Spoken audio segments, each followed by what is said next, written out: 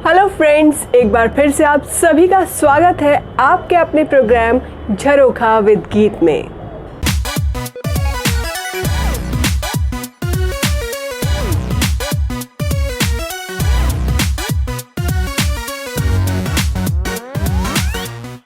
दोस्तों, आज के एपिसोड में हम बात करेंगे महर्षि वाल्मीकि के बारे में।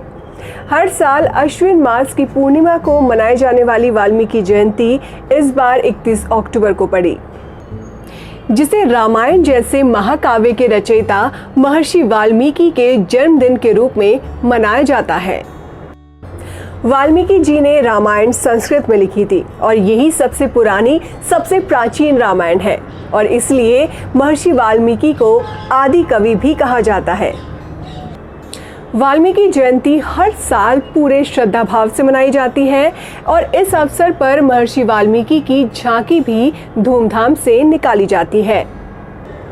वैसे तो महर्षि वाल्मीकि के जन्म से जुड़े कोई स्पष्ट प्रमाण नहीं है, लेकिन कहा जाता है कि इनका जन्म महर्षि कश्यप और उनकी पत्नी अदिति के 9वें पुत्र वरुण और उनकी पत्नी चर्षरी के यहाँ हुआ।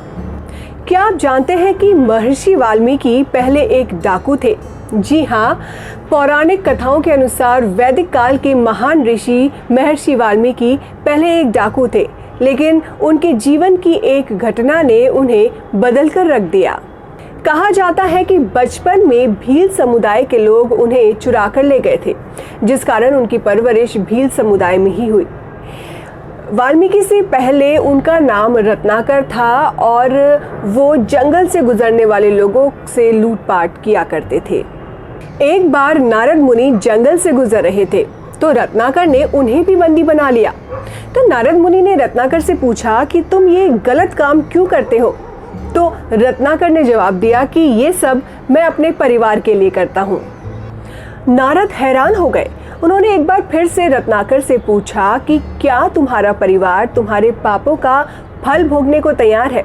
रत्नाकर ने फिर से बेझिझक बोला कि हाँ।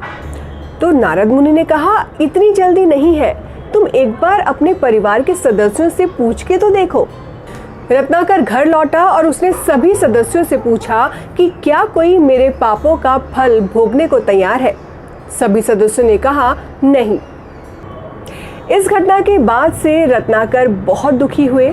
उन्होंने गलत काम छोड़ने का फैसला कर लिया और यही रत्नाकर आगे चल के महर्षि वाल्मीकि कहलाए। महर्षि वाल्मीकि के जीवन से जुड़ा एक और तथ्य है।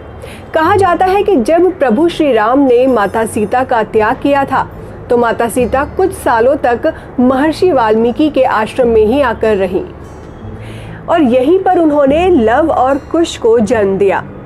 इसलिए महर्षि वाल्मीकि का भी उतना ही महत्व है जितना कि रामायण में वर्णित राम, सीता, लक्ष्मण, हनुमान और बाकी किरदारों का है।